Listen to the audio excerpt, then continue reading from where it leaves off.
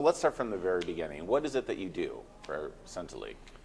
I spent a lot of time with criminals out there, wearing different types of disguises, so to speaking, just trying to figure out what is it that they do. Spent a lot of time on online platforms where criminals disclose what it is that they do. Talking about Darknet, Telegram, WhatsApp, Instagram, TikTok, all those places where a lot of criminals feel comfortable to just disclose what it is that they do. And I collect all this information, bring it back home to the company, and then try to merge it with some of the information that we have, that we receive from financial institutions, governmental agencies, and so on, in order to generate a better understanding of the online fraud ecosystem. That is my role.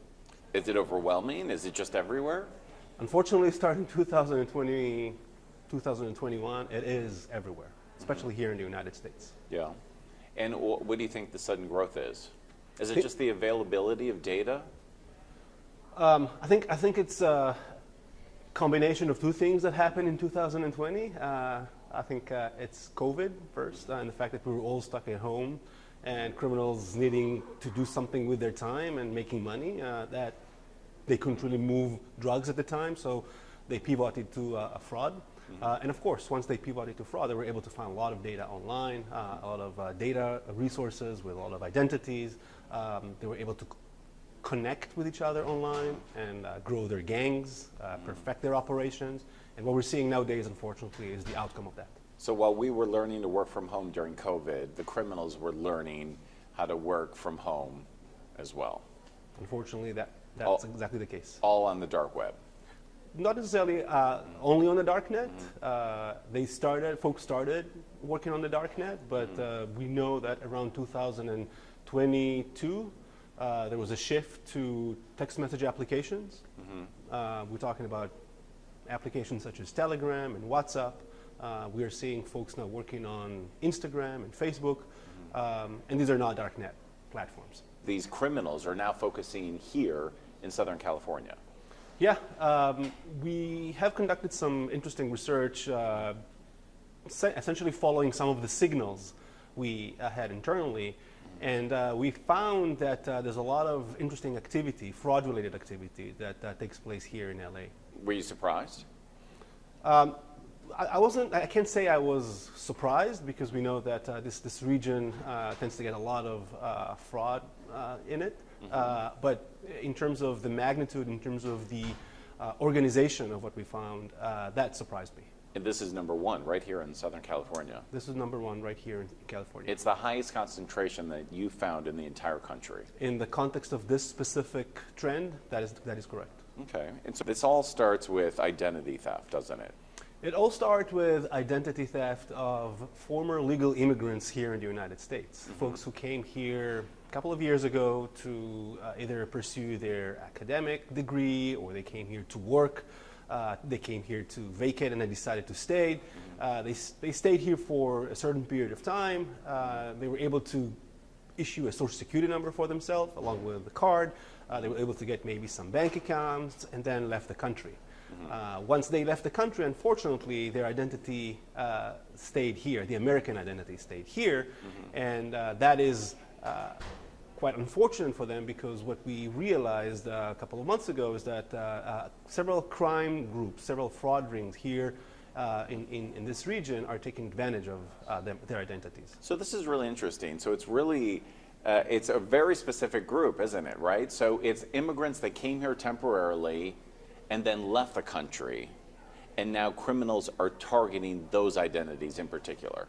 Exactly, that's what we're seeing. Why are they targeting them? Why have they picked on this group? It's a great question, Russ. The reason why this group is being targeted is that, first of all, those identities have some history to them. So if you think about it, you have a real person with a real identity, with a real social security number, who potentially opened a new bank account, who's no longer here in the country. That is quite useful for a criminal because they can use the identity without the victim really knowing that anyone is using the identity, that someone is using the identity. So for identity theft, this is really gold, isn't it? It's gold because if you're a victim of identity theft here in the United States and you are in the United States, you will be able to pick some signals that someone is using your identity. You will be able to get some mail your way that you're not really familiar with. You will get contact by financial institutions who will be looking for you for a new bank account you just opened and you really didn't. But if you're out of the country... But if you're out of the country, you will not get those phone calls. You will not get the mail. You don't know. You simply don't know. And that's the advantage right there. And that's the huge advantage because you can fly under the radar for a long period of time and create a lot of damage. So you notice that's happening, and then you see there's another really insidious step. Yeah, so when we first started working on this issue, we realized that this crime ring, this fraud ring is working with those identities of former professors and scholars here in the United States. That's a big portion of it, right? Professors and scholars. And that's a big portion of it. Just because they're more likely to come here temporarily, do it the right way, get a social security number, and then take that degree and go back to their home country. 100%. I mean, once you come here as a foreign scholar or a foreign student, you need to get issued with a social security number in order to get paid for your services. And once you leave the country, you leave the social security number behind. And so what we were able to find was that this fraud ring were using the identities of former professors, former students, even former athletes to create or start opening new bank accounts here in this area. And this is really the newest form of targeted identity theft that we've seen. It's the most recent one that we've seen so far. And not everyone even knows about this. Unfortunately not. You discovered it. Yeah, we've discovered it. As part of what we do with the company is we try to figure out new fraud typologies. This is one of the new typologies we discovered, and we work very hard in trying to prevent it from happening. And so this one is insidious because they don't just use the identities and sell them off. They actually use them to open businesses. So when we first started working on the specific project, we thought that the identities are just there for the criminals to open bank accounts for those specific identities. What supported that notion was the fact that we were able to find a Russian vendor out there on Telegram selling those identities for a wide range of prices, starting at $100, but if you wanted, you can actually get a former legal immigrant identity with an open bank account and a credit report for $900. So, we sort of merged these two sources of information together, and we thought, yeah, I mean, there will be a lot of people with personal bank accounts. But then we started looking at the identities and the list of identities that we had access to and looked for some business-related information to that. And what we found was quite interesting. We found that 25% of the identities we investigated had actually business open for them. And this is something new. And this was something completely new. I mean, most of the businesses we started seeing getting opened up was in 2024. So we're looking at, in this specific project, we're looking at almost, over 800 companies which were created using those synthetic identities, these real identities, I'm sorry, during the last year and a half or so. Okay, and so this is a new layer because they're not just using the identities to open bank accounts and get money. Now they're creating businesses so they can get even more money and take out bigger loans. That's correct. There's a limit to what you can do with an individual identity, with a personal identity. There's a limit to the cap. There's a cap, I'm sorry, for what you can get in terms of loans, in terms of credit cards, in terms of what is it that you can do with it. Once you have a business under your name, then the limits are way higher. The bar is significantly higher, and you can definitely aim for bigger loans, so to speak, for businesses. Now it's gone through the roof. And now it's going through the roof. So in order to do this, they've been using the state.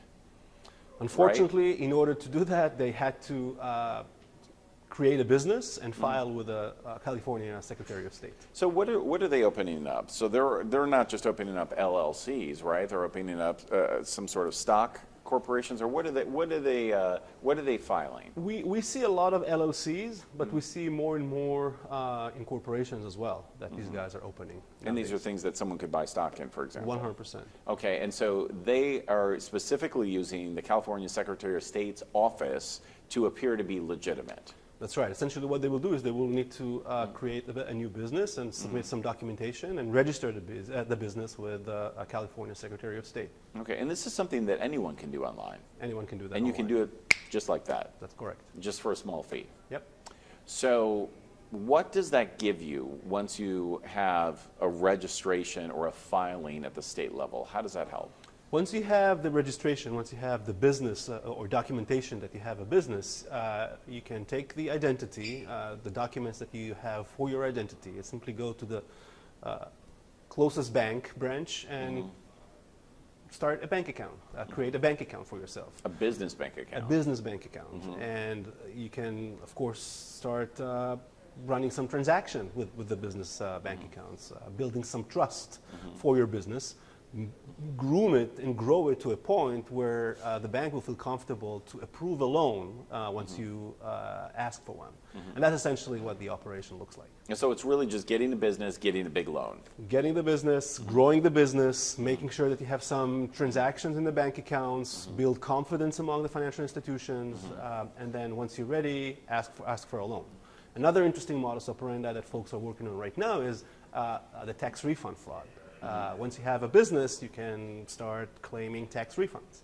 And we're seeing more and more of it happening, unfortunately. But don't you have to pay taxes in order to try to get a refund? I mean, you have to pay taxes, but then you get back double the amount. So in a way, it's just an investment. Right? And you're seeing that, have you seen that specifically with these 800? With this specific 800, we haven't seen because, again, we don't have access to the IRS databases. But we've heard about other businesses, right, that have been doing that. But you have heard about fraudulent loans. We have heard about fraudulent Because loans. you work with some of the banks. We have heard about those loans. And give me an idea, what are we talking? Tens of thousands of dollars, hundreds of thousands of dollars, millions of dollars? We're talking about tens of thousands of dollars per individual's identities. Some of the loans can go up to hundreds of thousands of dollars per business. That's a lot of money. It's a lot of money. And who is paying for this? I'm assuming, obviously, you're saying this money is never being returned. Who's paying the bill for this are the banks. Who's paying the bill? The banks. Okay. Yeah. And the what does financial that? institutions. Yeah. And what does that mean for them? And what does that mean for me? So essentially, it means that if you took a loan and you're not returning the loan, the bank will try and get the loan back from you. If they can't find you, then it means that we'll have to write off the loan. So the banks are essentially the victim of this type of crime. And then ultimately, other customers are the victims. And again, I mean, I don't know how the banks are doing their thing, so I can't really talk on their behalf. I know that at some point the customers will get impacted by that for sure. So we've seen, out of the 800, more than 800 here in Southern California, we did a sampling of about 10 of them just to see what these businesses were, right? So we drove around and we didn't find that any of those locations were real businesses. Were you surprised? I was not really surprised. I was hoping that at least a few of them will be real businesses, just to make sure that it'll be interesting. But unfortunately, none of the locations were hosting a real business in them. I mean, some of these are outrageous, right? Some of these are a nail salon in an apartment complex, a construction company that's supposed to be in a house, an elderly care center that's supposed to be in an ADU unit next to a house. It seems a little outrageous, doesn't it? It seems outrageous.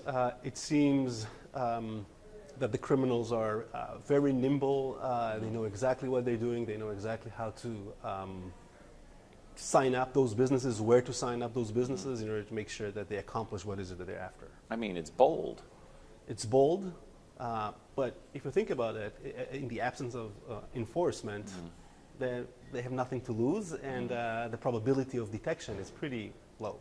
These criminals are registering outrageous businesses in outrageous, unlikely places, yet no one seems to be noticing. How is that possible? I think more need to be said about the way we verify some of the businesses' identities as well as the individuals who are registered to those businesses' So identities. whose job is it to verify that these are real businesses in real business locations? The individuals who, the institution who sign up those businesses, they're required to verify the authenticity of those businesses as well as the business owners' identities. So you believe it's the responsibility of the state? I believe that the state should definitely do that. Okay, and do you see evidence of that when you go and sign up for an LLC, for example? Do you think the state is really checking up on any of this? I haven't had a chance to sign up a business, unfortunately, so I can't really say that. All I can talk about is the databases that I work with and that I see that, there are unfortunately some issues there as well. Isn't it also the bank's responsibility to verify that who they're lending to, that these people are legitimate? Of course, the banks, the government, all those entities are responsible for verifying the identities, and I can speak on behalf of the relationship I have with some of the financial institutions out there and some of the governments out there. They do everything they can in order to make sure that they verify identities. They have tools. They have a lot of vendors out there selling all kind of technology which is supposed to help verifying folks' identities. But the problem with fraudsters is that they constantly find ways to bypass their verification process. So, we need to be very active in identifying those issues, flagging them, and then coming up with solutions and tools which will allow us to prevent them in the future. So I talked to the Secretary of State's office, right? And they tell me that they are not a regulatory agency. They are not an investigatory agency. They are a filing agency, and that they're not responsible for verifying that information. Do you buy that? If that's what they say, I mean, I have to go with what they say. But I think does that sound right to you?